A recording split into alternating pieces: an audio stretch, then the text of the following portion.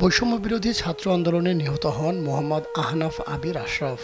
তার বাড়ি টাঙ্গাইলের তেলদুয়ার উপজেলার বারপাখিয়া গ্রামে। তার বাবার নাম মোহাম্মদ হারুনা রশিদ। ৩ বোনের অতি আদরের একমাত্র ভাই ছিল আহনাফ। তিনি ঢাকার আশুলিয়াতে মানরাত ইন্টারন্যাশনাল ইউনিভার্সিটির শিক্ষার্থী ছিলেন।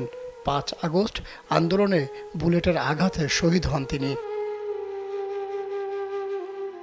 এলাকাবাসী জানান, আহনাফ খুব ভদ্র ছেলে ছিল। নিজের খরচে পড়াশোনা করত, পাশাপাশি পরিবারকেও খরচ দিত।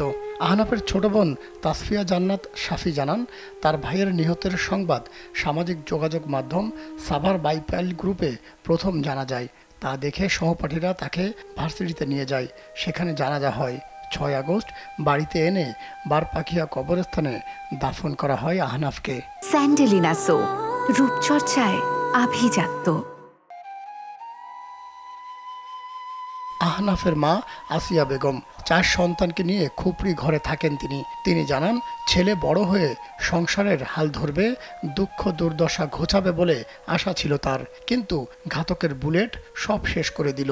আশা ভরসা তো ওই ছেলের জন্য ছিল, ছেলের উপরেই ছিল যে চাকরি করব, দিয়েছি শেষ করে চাকরি বাকরি করব, বাড়ি করব, ঘর করব, সব কিছু ঠিক করব, পরিবেশ পাল্টাইয়া দিব, পরিবেশ বদলাইব, বাড়ির পরিবেশ বদলাইব। আমার আর কোনো কিছু করতে হইব না, কোনো কষ্ট করতে হইব না। কিন্তু আল্লাহ তো যা জানে, আমরা তা জানি না। আল্লাহ যা ভালো মনে করছে তাই করছে।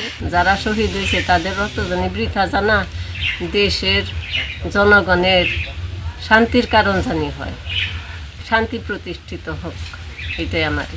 এখন আমার বাড়িতে বিদ্যুৎ আসছে, ছাত্ররাই দিয়ে গেছে অফিসে থেকে, কিন্তু এখন আমার ছেলে তো আর নাই, ছেলে নাই, বিদ্যুৎ আছে, ছেলে নাই। এখন সেটা আমার মনে পড়ে যে কত কষ্ট করে এই ঘরের বিদ্যুৎ ছাড়া অবস্থায় দুয়ার জ্বালিয়ে লেখাপড়া করে বেরোইছে 4টা ছেলে মেয়ে। এখন বিদ্যুৎ আসছে, কিন্তু আমার ছেলে মেয়েগুলো নিয়ে আমি ভোগ করতে পারিনি। টাঙ্গাইল জেলা প্রশাসক আসিয়া বেগমকে ঘর করে দেওয়ারও প্রতিশ্রুতি দিয়েছেন। তবে আসিয়া বেগমের একটাই আফসোস, তার ছেলে তাদের এই আনন্দের মুহূর্ত দেখে যেতে পারল না।